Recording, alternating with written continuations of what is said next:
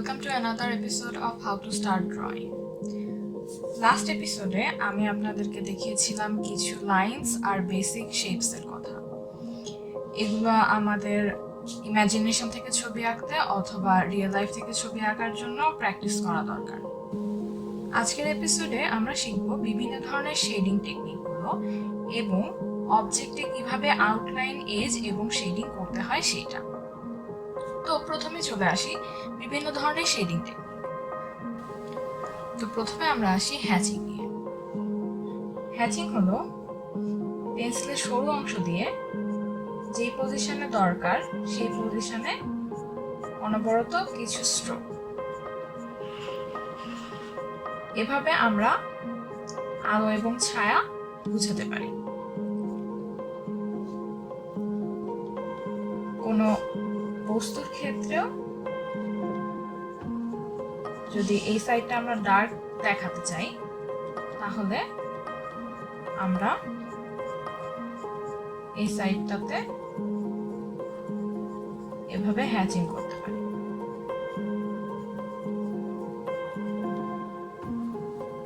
আচ্ছা, এরপর হলো ক্রস হ্যাচিং।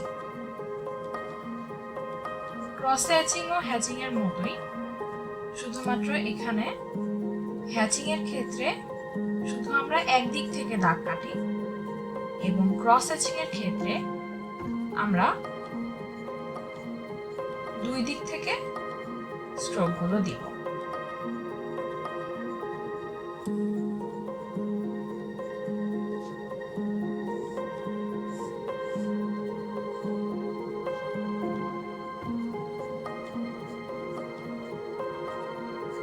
এতে করে আমরা কোনো নির্দিষ্ট জায়গাকে আরো বেশি ডার্ক দেখাতে পারব।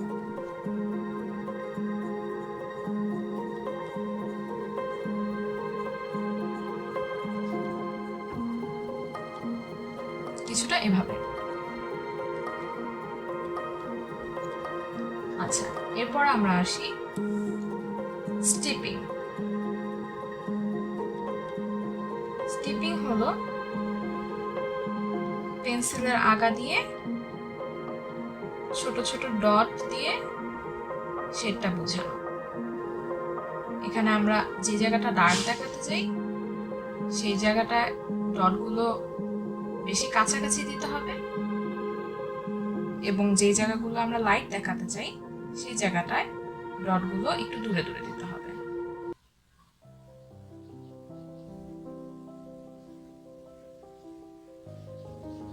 এভাবে।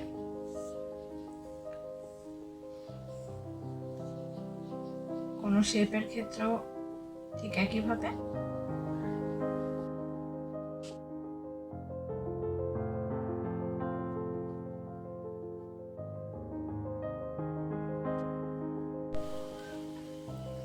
এরপরে আমরা যেটা করব সেটা হচ্ছে সামলিং। সামলিং এর ক্ষেত্রে আমরা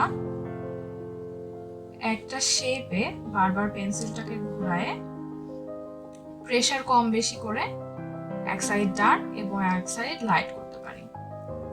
এই ক্ষেত্রে আমি পেন্সিলটাকে রাউন্ড শেপে ঘোরাচ্ছি আর এইদিকে আমি দাগটা গাঢ়, এইদিকে আমি প্রেসারটা বেশি দিচ্ছি আর বাইরের দিকে আমি প্রেসারটা আস্তে আস্তে হালকা দিচ্ছি।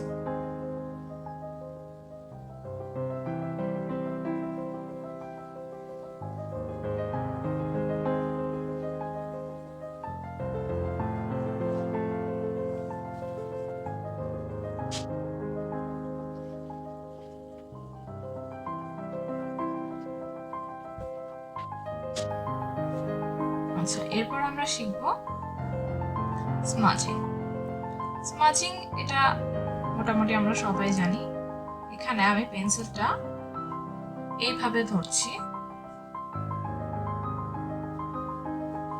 যেন আমার এটা ব্যবহার করতে সুবিধা হয়। আমি চাইলে এভাবে ধরেও করতে পারি। এই সাইডটা ডার্ক এবং আস্তে আস্তে সেটা লাইট হবে।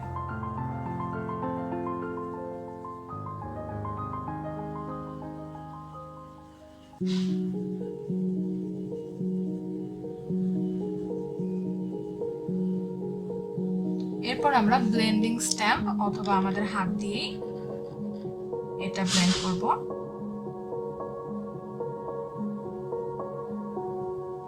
এরপর আরেক লেয়ারও আমরা চাইলে দিতে পারি, এটা প্রয়োজন অনুযায়ী। আমি প্রেফার করব আপনারা সবাই ব্লেন্ডিং স্ট্যাম্পই ইউজ করেন, কারণ হচ্ছে হাতের সাথে আমাদের যে ন্যাচারাল অয়েলটা থাকে ওইটার কারণে শেডিংটা একটু ডিফারেন্ট হতে পারে। আমি এখানে হাতই ব্যবহার করছি কারণ আমি শুধু আপনাদেরকে দেখানোর জন্য।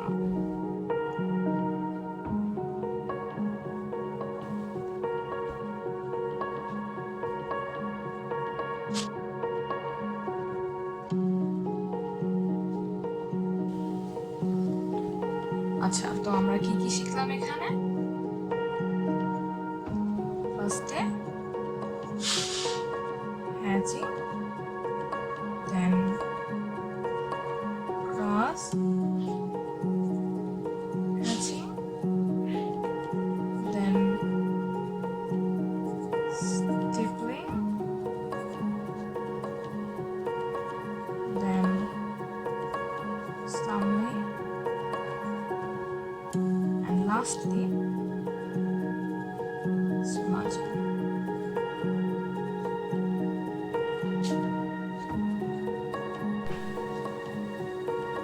এখন আমরা দেখব কোন বস্তুর ক্ষেত্রে আউটলাইন, এজিং আর শেডিং।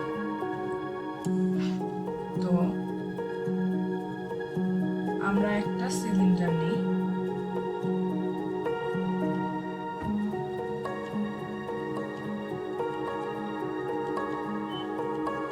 আমি এখানে দুইটা সিলিন্ডার নিচ্ছি যেন আমি দেখাতে পারি যে কিভাবে আমাদের করা উচিত যদি আমরা 3D তে কোনো বস্তু আঁকতে চাই। প্রথমে আমি একদম লাইটলি এঁকে নিলাম যেন সমস্যা না হয় পরে। এরপর আমি একটু ডার্ক করে এঁকে নিচ্ছি। এক্ষেত্রেও সেম।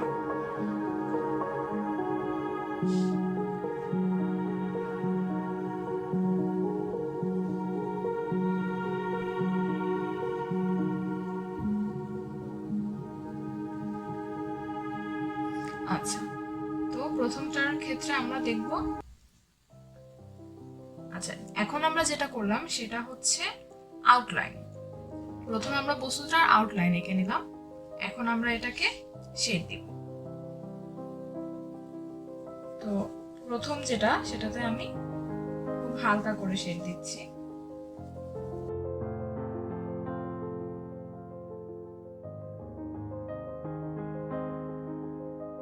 যেহেতু আমরা ধরছি আলোটা এই সাইড থেকে আসছে, সেহেতু এই দিকটা লাইট এবং এই দিকটা লাইট হবে, আর এই দিক এবং এই দিকটা ডার্ক হবে। যাচ্ছে আমি এখানে আর এখানে ডার্ক করছি। আচ্ছা, এটা আমাদের নরমাল শেডিং, যে কোনো 2D বস্তুর ক্ষেত্রে আমরা এভাবে শেডিং করতে পারি। আচ্ছা, এখন আমি এটাকে 3D শেডিং করব।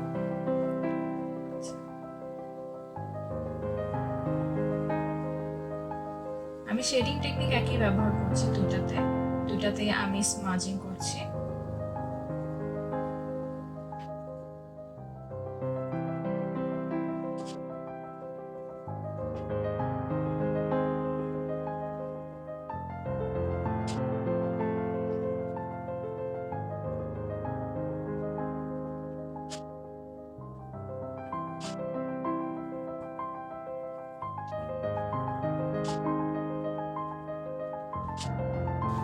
আচ্ছা, এটার ক্ষেত্রে আমি ডিফারেন্সটা কি করেছি, এখানে আমি আউটলাইনটা ভ্যানিশ করে দিই নাই, আর এখানে আমি এত ডার্ক ভাবে শেডিং করেছি যেন আউটলাইনটা ভ্যানিশ হয়ে যায়।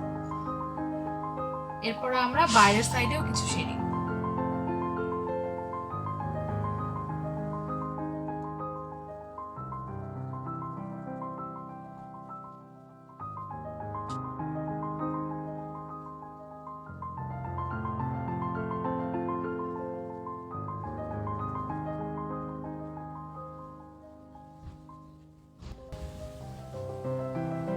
আচ্ছা, এখানে যখন আমরা বাইরের সাইডেও শেডিং করেছি তখন এই সাইডের আউটলাইনটাও ভ্যানিশ হয়ে গেছে, কোথাও কোনো এজ নাই।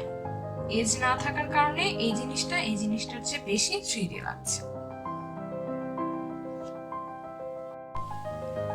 এভাবেই শেডিং এর মাধ্যমে আমরা যে কোনো জিনিস 3D তে আনতে পারি। তো আমি রেকমেন্ড করব যে আপনারা সবাই প্রথমে বাসার আপনার আশেপাশে যেসব জিনিস দেখেন সেগুলো জিনিস সামনে রেখে সেগুলো 3D তে আঁকার চেষ্টা করেন। সেগুলোকে বিভিন্ন বেসিক শেপস এর মধ্যে ফেলে 3D তে আঁকার চেষ্টা করেন, এভাবে শেডিং করে। তাহলে আস্তে আস্তে আপনি যখন এই শেডিং এ দক্ষ হয়ে উঠবেন তখনই আপনি বিভিন্ন আরো অন্যান্য জিনিস আঁকতে পারবেন, যেরকম ইমাজিনেশন থেকেও কোনো কিছু আপনি চাইলেই আঁকতে পারবেন। Okay, so that's it for today. See you in next video. Thanks for watching.